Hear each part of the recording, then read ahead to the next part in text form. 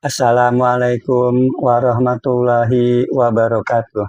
Baiklah teman-teman, di sini saya ingin berbagi informasi mengenai perkembangan nilai tukar petani di Indonesia untuk update terakhir, yaitu kondisi bulan Maret 2026, di mana indeks harga yang diterima petani pada Maret 2026 mengalami kenaikan sebesar 0,33% jika dibandingkan bulan Februari 2026.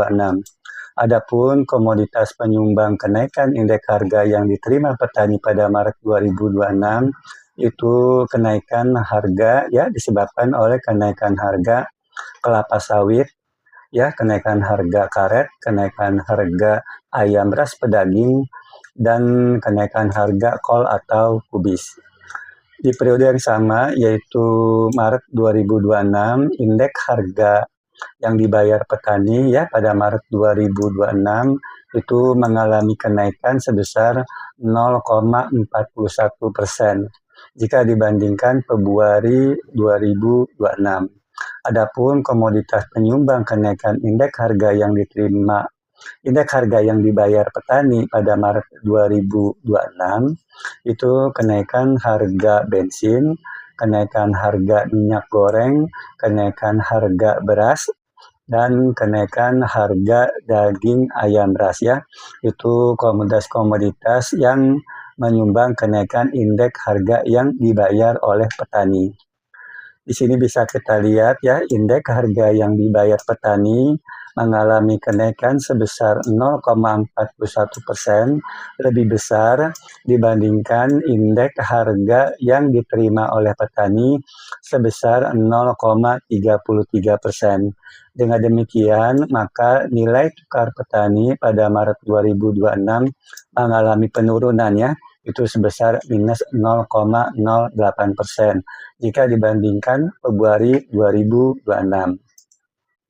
Selanjutnya, apabila kita melihat menurut subsektor, maka untuk subsektor tanaman pangan pada Maret 2026 itu terjadi penurunan ya sebesar terjadi penurunan nilai tukar petani tanaman pangan sebesar 0,55% ya. Ini terjadi karena indeks harga yang diterima petani mengalami penurunan sebesar 0,05%, sedangkan indeks harga yang dibayar petaninya mengalami kenaikan sebesar 0,50%. Di mana penurunan indeks harga yang diterima petani pada subsektor tanaman pangan Maret 2026 itu disebabkan oleh turunnya ya indeks kelompok padi sebesar 0,22%. Sementara itu untuk kelompok palawija, khususnya untuk ketelak pohon dan kacang tanah, mengalami kenaikan sebesar 0,38%.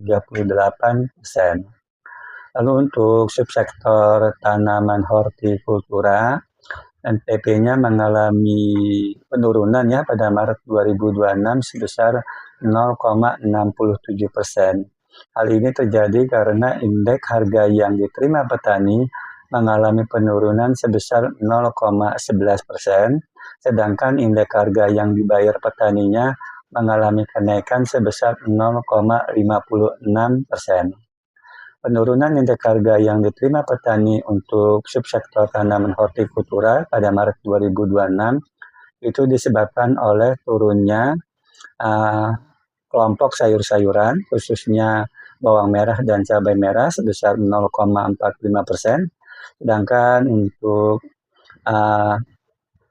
kelompok buah-buahan ya mengalami kenaikan, khususnya ya untuk buah jeruk dan pisang ya yang naik sebesar 0,99%, dan kelompok tanaman obat khususnya kencur yang mengalami kenaikan sebesar 0,23%. Selanjutnya untuk subsektor tanaman perkebunan rakyat pada Maret 2026 nilai tukar petaninya mengalami kenaikan sebesar 0,14%. Hal ini terjadi karena indeks harga yang diterima petani mengalami kenaikan sebesar 0,36%. Itu lebih tinggi dari kenaikan indeks harga yang dibayar petani sebesar 0,21%.